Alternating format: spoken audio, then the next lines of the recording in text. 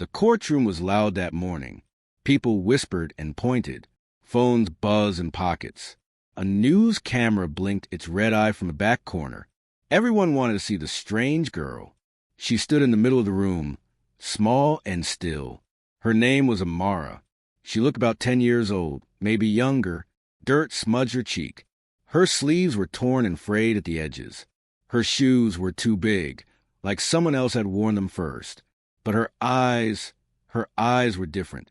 They were calm and deep, like dark pools of water that went down forever. Judge Randall sat high on his bench, looking down at everyone. He wore a black robe that made him look important. His face was stern, with lines around his mouth from years of frowning. He had gray hair neatly combed. Everyone in town knew him. Everyone respected him. Or so they thought. "This is ridiculous," Judge Randall said, tapping his wooden gavel on the desk. Top, top, top. The sound echoed. A child who claimed she can read minds? This is a courtroom, not a circus. People in the crowd laughed. Some rolled their eyes. A man in a suit whispered to his friend, "What a waste of time." But Amara didn't move. She didn't cry. She just stood there, watching the judge with those deep, calm eyes. "I can," she said. Her voice was soft but clear, like a bell ringing in the morning. "I can hear what you think. I can see what you hide." More laughter rippled through the room. A woman in the front row shook her head. "Poor thing's been through something terrible. She's confused." Judge Randall sighed, a long, tired sound. "Young lady, I understand you've had a difficult time, but making up stories won't help you. Now, if there's no real case here, I'm going to—" "You're lying," Amara said. The room went quiet. The kind of quiet that feels heavy, like a blanket dropped over everything. Judge Randall's eyebrows shot up. "Excuse me? You're lying right now," Amara said. "You're thinking about the sandwich you ate for breakfast. Ham and cheese. But you told your wife you'd eat healthy. You told her you'd have fruit and yogurt." The judge's face turned red. A few people gasped. "Lucky guess," someone muttered. But Amara turned to face the crowd. She pointed at a tall man in the third row. He wore a blue tie and had sweat on his forehead. "You," she said, "you took money from your brother's wallet last night. $300. You needed it for a debt, but you told him you didn't know where his money went." The man's face went white. He stood up, trembling. "I don't—" "How did you—" Amara turned to a woman with curly red hair. "You crashed your neighbor's car last week. You left a note, but it had a fake phone number. You felt bad about it. You still do. Every time you see her, you feel sick inside." The woman burst into tears, covering her face with her hands. The courtroom wasn't laughing anymore. People shifted in their seats. They glanced at each other nervously. Some looked at Amara with fear, others with wonder. A lawyer near the front stood up. "Your Honor, this is highly unusual. Perhaps we should—" "Sit down," Judge Randall snapped, but his voice shook a little. Just a little.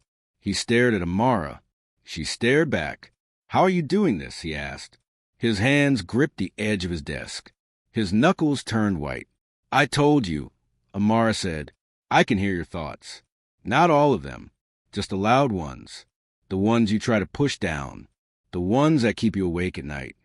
She took a step closer to his bench. Her footsteps were soft, but everyone heard them. The room was that quiet now. "I hear the secrets," she whispered.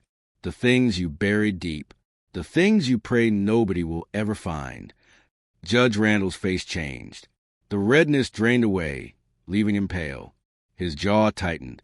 His eyes narrowed. "That's enough," he said. But his voice was barely more than a whisper. Amara tilted her head. "You're scared now. I can feel it. Your heart is beating fast. Thump, thump, thump, thump, like a drum." "Guards," the judge called out. "Remove this child from—" Her name was Claire. Amara said. Judge Randall froze. His mouth hung open mid-sentence. His whole body went stiff, like he'd been turned to stone. The courtroom erupted. People shouted questions. The lawyers stood up. The camera zoomed in. But through it all, Amara kept her eyes locked on the judge. "You remember Claire?" she said softly. Don't you? The judge's hands started shaking. He pressed them flat against the desk, trying to make them stop. But they trembled anyway. I don't know what you're talking about, he said, but his voice cracked. Amara stepped even closer. A guard moved to stop her, but she held up one small hand. The guard paused, confused, and stepped back. You remember the river, Amara said, the sound of the water rushing past. It was spring. The rain had made the current strong. Stop, Judge Randall whispered. You remember her face, the way she looked at you. She was scared. She wanted to go home. Stop, he said louder. His voice boomed through the courtroom, but it didn't sound powerful anymore. It sounded desperate. Amara reached the bench. She was so small she had to look way up to see him, but somehow she seemed bigger than him, stronger. You remember what you did, she whispered. A woman in the back row stood up suddenly. Claire, she said, her voice breaking. Did she say Claire? But nobody answered her. Everyone was watching Amara and the judge. Judge Randall's face was wet now. Tears? Sweat? Maybe both. He looked down at the small girl with dirt on her cheek and torn sleeves. He looked into those deep, calm eyes. And for the first time in 17 years, he felt truly afraid. Who are you? He breathed. Amara smiled. It wasn't a happy smile. It was sad and old, like she'd seen too much for someone so young. I'm the one who listens, she said. I'm the one who hears all the voices you tried to silence. She reached up and placed her small, dirty hand on the edge of his desk. And Claire, she whispered, has been screaming your name for a very long time.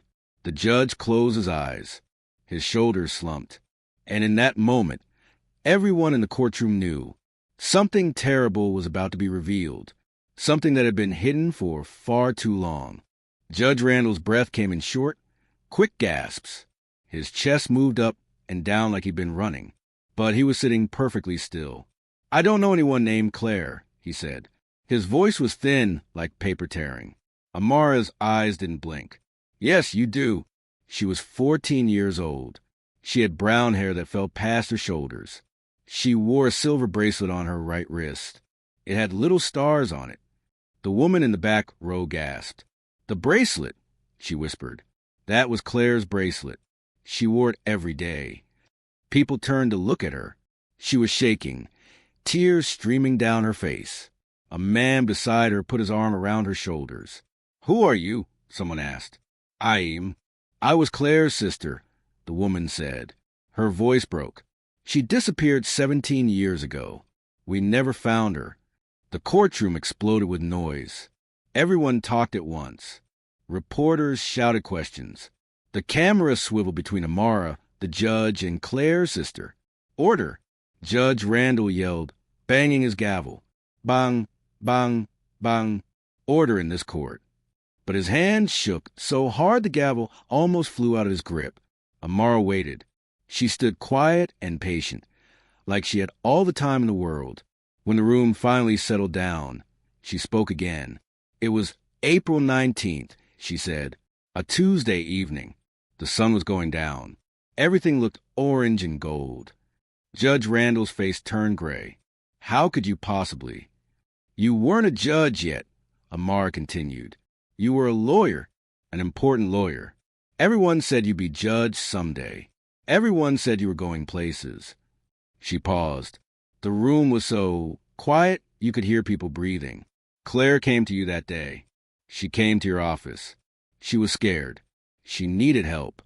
This is insane, the judge said, but he didn't sound angry anymore. He sounded terrified.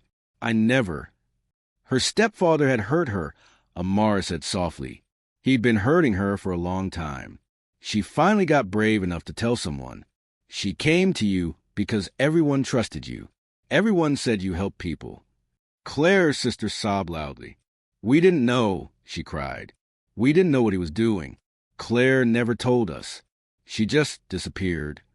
Amara nodded slowly. She was afraid. Afraid no one would believe her, but she thought you would help. I don't remember any of this, Judge Randall said, but sweat poured down his face now. His fancy robe was getting wet at the collar. Yes, you do, Amara said, Her voice was gentle but firm. You remember exactly. You told her to meet you at Miller's Creek. You said you'd help her. You said you'd protect her. A lawyer in the front row stood up. Your Honor, I must object to— Sit down, someone in the crowd yelled. Let her talk. The lawyer sat down. Amara took a deep breath. But you didn't want to help her. You were friends with her stepfather. He gave money to your campaigns. He helped you become important. If Claire told the truth, it would ruin everything. No, Judge Randall whispered. No, that's not. You met her at the river. The water was high from all the rain. The current was fast and loud. Claire showed you the bruises. She showed you everything. She cried and begged you to help. Amara's voice grew quieter. Everyone leaned forward to hear. But you told her she was lying. You told her no one would believe her. You told her to go home and forget about it. The judge's hands covered his face. His shoulders shook. She got angry. Amara said. She said she'd tell everyone anyway. She'd tell the police. She'd tell the newspapers. She'd make sure people knew the truth. Please stop, the judge moaned. But Amara didn't stop. You grabbed her arm. She tried to pull away. You grabbed harder. She screamed. You put your hand over her mouth. People in the courtroom were crying now. Some looked away. Others stared, frozen in horror. She struggled. She was strong for 14. Stronger than you expected. She kicked and twisted. And then Amara's voice dropped to barely a whisper. You pushed her. The words hung in the air like smoke. It wasn't supposed to happen that way. Amara continued. You just wanted her to be quiet. You just wanted her to stop fighting. But the riverbank was muddy from rain. She slipped. She fell backward into water. Judge Randall made a sound like a wounded animal. It was an accident, he choked out. I didn't mean to. The courtroom erupted again. Claire's sister screamed. Guards rushed forward. Lawyers shouted. The gavel fell to the floor with a loud crack. You watched her go under, Amara said, her voice rising above the chaos. You watched the current take her downstream. You stood there for 5 minutes, maybe 10. You could have jumped in. You could have called for help, but you didn't. I couldn't swim, the judge cried. I couldn't. You could have called for help, Amara repeated, but you didn't, because if anyone came, they'd ask questions. They'd want to know why you were there, why she was there. The judge was sobbing now, big, ugly sobs that shook his whole body. His important robe didn't look important anymore. He just looked like a scared, broken old man. You went home, Amara said. You took a shower, a long, hot shower. You scrubbed your hands until they were red. You burned the clothes you were wearing. You told yourself it was an accident. You told yourself there was nothing you could have done. She stepped closer to him, so close she could touch his desk. But you kept something, she whispered. Didn't you? The judge's eyes went wide. No, he breathed. The bracelet. It came off in your hand when you grabbed her, the one with the little stars. You kept it. No, he said again, but it was barely a sound. You put it in a wooden box, a small wooden box with brass corners. You hid it under the floorboards in your study. Third board from the window. You couldn't throw it away, couldn't bury it. You kept it like a trophy, or maybe like a punishment. Claire's sister screamed. Where's S.H.E.? Where's my sister's body? Amara turned to her. Tears ran down the girl's dirty cheeks for the first time. The river took her downstream, Amara said gently. Miles downstream. She got caught in tree roots near the old mill. She's been there all this time, waiting, hoping someone would listen. The sister collapsed into her seat, wailing. People around her didn't know what to do. Some patted her back. Others just cried with her. A police officer stepped forward. Your Honor, I think you need to come with us. But the judge didn't move. He stared at Amara with wide, terrified eyes. How do you know all this? He whispered. How can you possibly know? Amara reached up. Her small hand touched his desk one more time. Because Claire has been screaming it, she said. Every day for 17 years. Screaming it into the darkness. screaming it into the silence. And I'm the one who finally heard. The judge's face crumpled. "I'm sorry," he sobbed. "I'm so sorry. It haunts me every day. Every single day. I see her face when I close my eyes. I hear the splash. Then tell them," Amara said. "Tell them everything. Give Claire's family the truth. It's the only thing you can give her now." The officer moved closer. "Sir, please stand up." Judge Randall looked around the courtroom, at the crying people, at the shocked faces, at Claire's sister, who glared at him with pure hatred. He stood up slowly. His legs shook. He looked old suddenly, much older than before. "The bracelet is where she said," he whispered, "under the floorboards. Third board from the window." Another officer spoke into his radio. "Send a team to Judge Randall's house. We're looking for evidence under the study floorboards." They led the judge down from his bench. He could barely walk. His legs wobbled like a baby learning to stand. As they passed Amara, he stopped. "Who are you?" he asked one more time. "Really?" Amara looked up at him. Those deep, dark eyes seemed to see right through him. "I'm the voice of everyone you tried to forget," she said. And for Judge Randall, those were the truest words he'd ever heard. The police led Judge Randall toward the courtroom doors. His hands were behind his back now, locked in silver handcuffs. Each step he took seemed harder than the last. The crowd watched in stunned silence. Nobody moved. Nobody spoke. They just stared as the man they'd trusted for so many years shuffled past them like a stranger. But then Claire's sister stood up. Her face was red and wet with tears. Her hands were shaking. She looked at the judge with eyes full of pain and anger and something else. Something that had been building for 17 long years. "You killed her," she said. Her voice was quiet at first. "You killed my baby sister." The judge stopped walking. His head hung low. "She was just a child," Claire's sister continued, her voice growing louder. "She came to you for help. She trusted you. And you... She couldn't finish. Her legs gave out, and she collapsed back into her seat, sobbing so hard her whole body shook. Her husband held her tight. "It's okay," he whispered. "It's over now. It's finally over." But Claire's sister shook her head. "It'll never be over. She's been gone for 17 years. 17 years. We looked everywhere. We called the police. We put up posters. We never stopped hoping she'd come home." She looked up at Amara through her tears. "How did you know? How did you know all those things? About the bracelet? About the river?"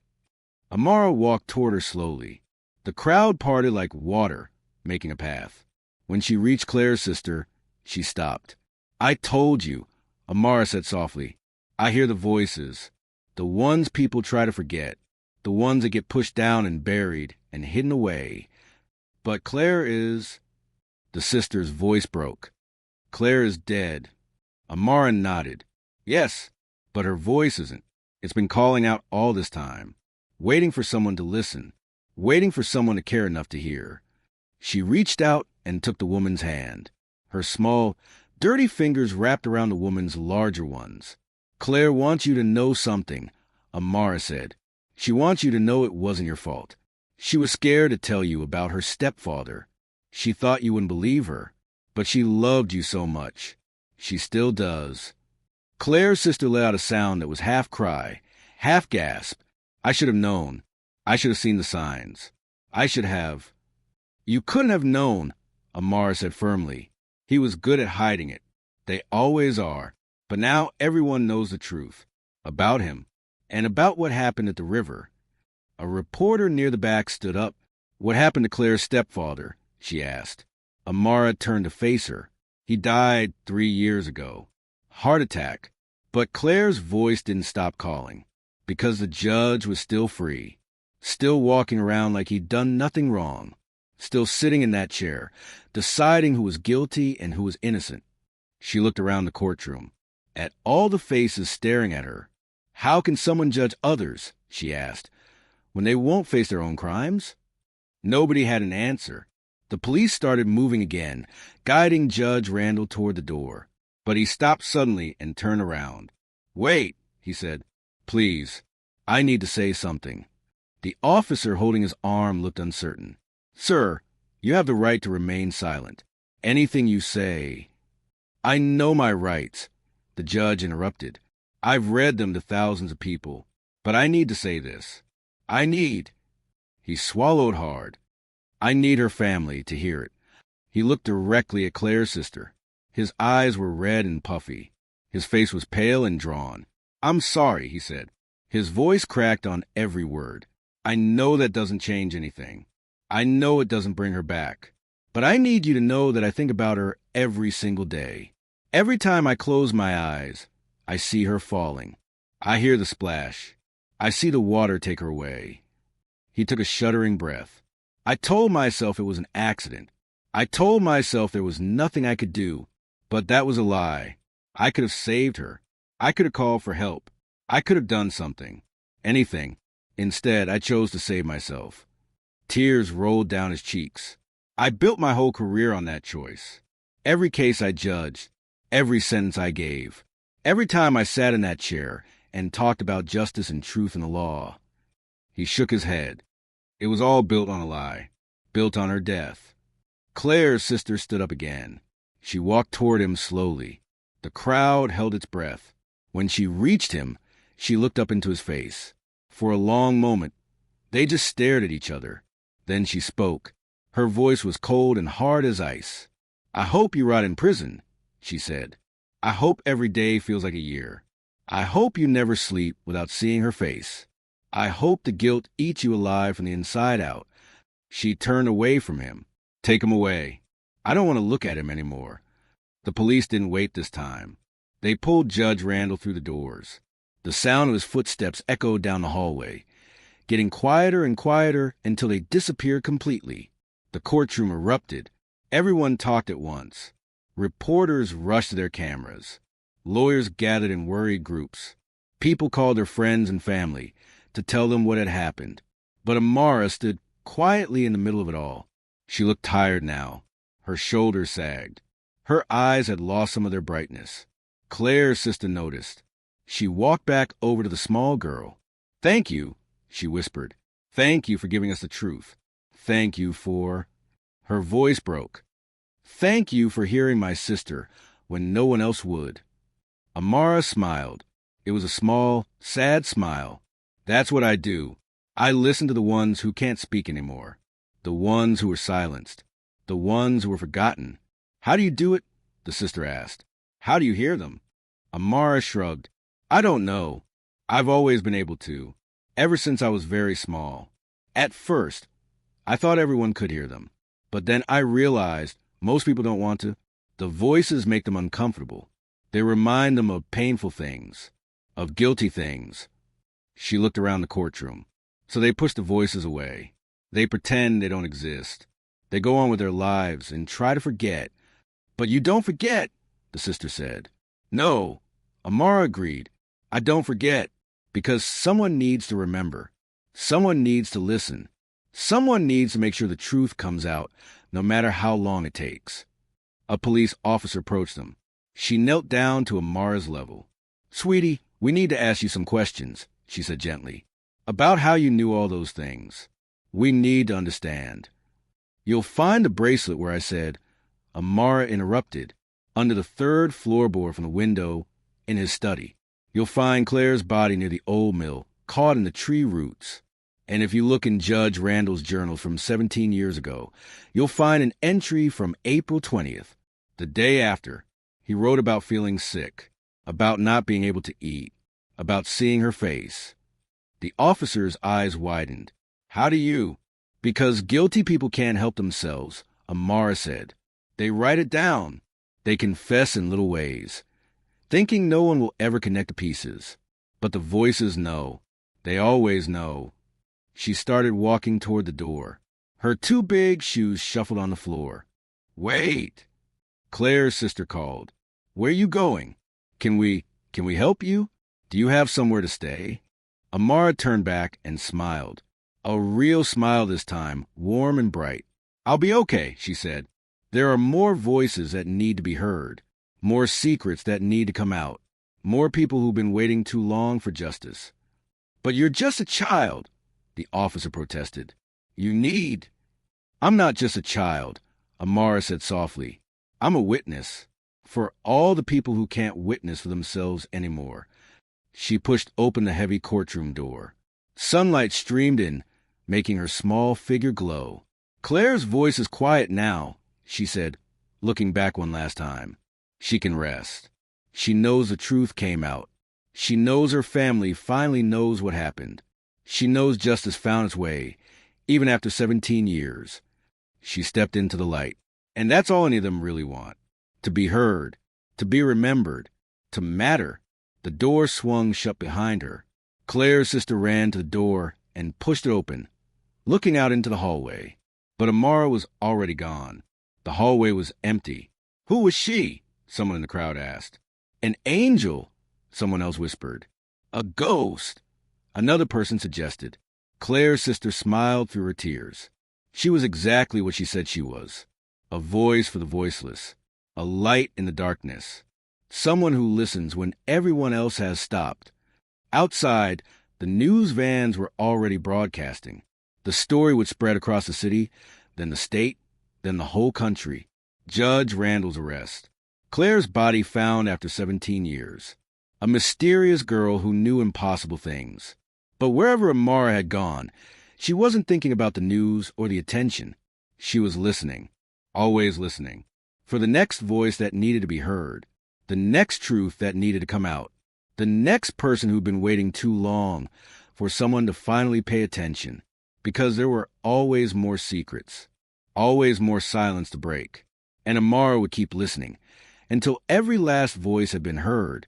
If this story touched your heart, moved you, or made you think about the voices we don't hear in our own world, please like this story to let me know it resonated with you. Share it with someone who needs to hear about the power of truth, the importance of listening, or the hope that justice, no matter how long it takes, can still prevail. And subscribe to hear more stories that dig deep, ask hard questions, and remind us that every voice matters, especially the ones we've forgotten to hear. Thank you for reading Claire's story. Thank you for listening. Until next time, keep your ears open and your heart ready. You never know whose voice might need you to hear them.